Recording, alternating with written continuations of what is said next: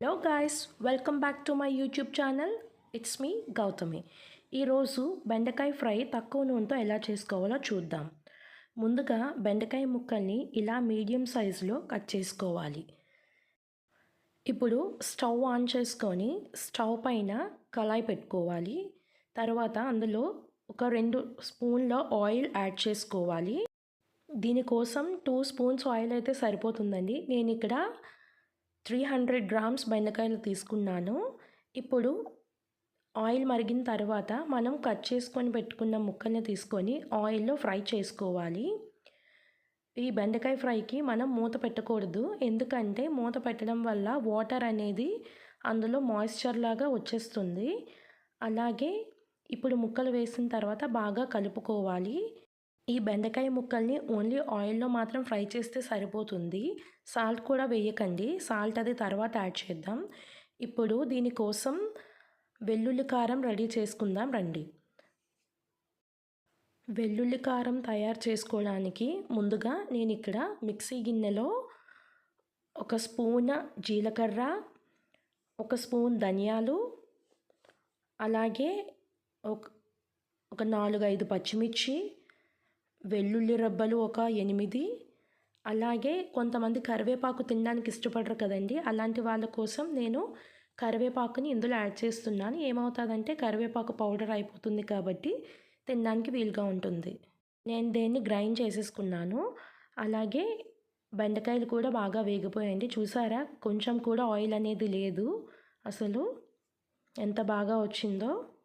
ఇప్పుడు నెక్స్ట్ దీన్ని తీసుకొని ఒక ప్లేట్లో పెట్టుకోవాలి. నెక్స్ట్ మళ్ళీ పెనం పెట్టుకొని అందులో మళ్ళీ ఒక 2 టేబుల్ స్పూన్ల ఆయిల్ యాడ్ చేసుకోవాలి పోపు వేయడం కోసం.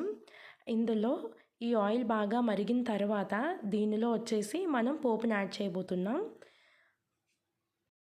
పోపు వేయడం కోసం నేను ఇందులో 1 స్పూన్ జీలకర్ర, 1/2 స్పూన్ ఆవాలు, 1 స్పూన్ శనగపప్పు, అలాగే 1 చెంచా మినప్పప్పు తీసుకున్నాను.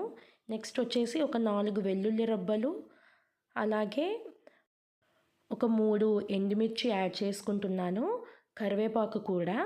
వీటన్నిటినీ కూడా బాగా వేపుకోవాలి.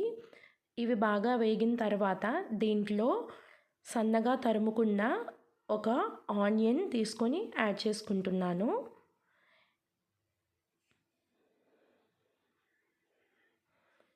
ఇప్పుడు ఈ ఉల్లిపాయ ముక్కల్ని పోపు అంతా కూడా బాగా మగ్గేంత వరకు వేపాలి.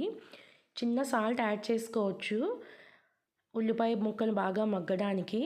ఉల్లిపాయలంతా బాగా మగ్గిపోయిన తర్వాత మనం రోస్ట్ చేసి పెట్టుకున్న బెండకాయలు తీసుకొని ఇందులో యాడ్ చేసేయండి. యాడ్ చేసేసి మొత్తం అంతా బాగా కలపాలి. ఇది మొత్తం బాగా వేగిన తర్వాత కలిపేసిన తర్వాత మనం దీనిలో ఒక 1/4 స్పూన్ పసుపు యాడ్ చేస్తున్నాను కలర్ కోసం. అలాగే హెల్దీ కూడా అండి పసుపు అనేది. నెక్స్ట్ వచ్చేసి రుచికి సరిపడే అంత ఉప్పు యాడ్ చేసుకోవాలి. తర్వాత దీన్ని బాగా మిక్స్ చేసేసి ఉప్పు అంతా కరిగేంత వరకు కలిపేసిన తర్వాత దీనిలోకి మనం రెడీ చేసుకొని పెట్టుకున్నాం కదండి వెల్లుల్లి కారం, ఆ వెల్లుల్లి కారాన్ని యాడ్ చేసుకోవాలి. ఈ వెల్లుల్లి కారం యాడ్ చేసిన తర్వాత దీని మొత్తాన్ని ఒక 5 మినిట్స్ పాటు బాగా వేగనివ్వాలండి. అంతే, ఇది బాగా వేగిపోయిందంటే మనకి బెండకాయ వేపుడు అనేది రెడీ అయిపోయినట్టే. చూసారా, అసలు ఆయిల్ అనేది కనిపించట్లేదు వేపుడులో. ఇలా చేసుకుంటే మనం ఎంత అయినా తినాలనిపిస్తుందండి. పిల్లలైనా పెద్దలైనా అందరికీ కూడా చాలా బాగా నచ్చుతుంది అండి. బెండకాయ వేపుడు అనేది ఇప్పుడు మనకి రెడీ అయిపోయింది. చూడండి, అసలు కొంచెం కూడా మనకి ఆయిల్ అనేది ఎక్కడా కూడా కనిపించడం లేదు.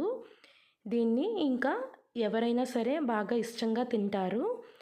మీకు గనక నా వీడియో నచ్చినట్టయితే నా వీడియోని లైక్ చేయండి, షేర్ చేయండి, సబ్స్క్రైబ్ చేయండి, కామెంట్ చేయడం మాత్రం మర్చిపోకండి. తప్పకుండా ఈ రెసిపీని ట్రై చేసి చూడండి. Thank you all. Have a good day.